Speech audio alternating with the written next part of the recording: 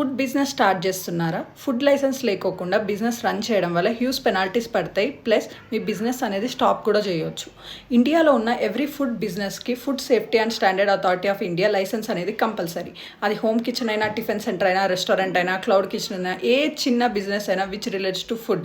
అసలు ఈ FSA registration తీసుకోవడానికి, అప్లై చేయడానికి కావాల్సిన డాక్యుమెంట్స్ ఏంటి అంటే ID proof, that is Aadhaar or PAN, address proof, place of business, food details, products and photo of the premises. అసలు ఈ బిజినెస్ ఎన్ని టైప్స్ ఉంటుంది అని అంటే 3. స్మాల్ బిజినెస్కి ఏమో basic, state licence, central licence.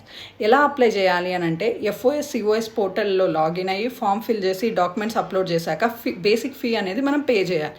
Then licence రావడానికి it may take up to 30 days. Late fee అనేది ఎప్పుడు పడుతుంది అని అంటే మనం వితిన్ టైం అప్లై చేయకపోయినా, లైసెన్స్ అయిపోయిన తర్వాత రెన్యువల్ చేసుకోకపోయినా హ్యూజ్ పెనాల్టీస్ అనేది పడతాయి. ఫుడ్ బిజినెస్ స్టార్ట్ చేయడం చాలా ఈజీ, బట్ కంప్లైన్సెస్ మిస్ అయితే చాలా కాస్ట్లీ అవుతుంది. If you need any help, DM now for FSAI registrations. Thank you for watching.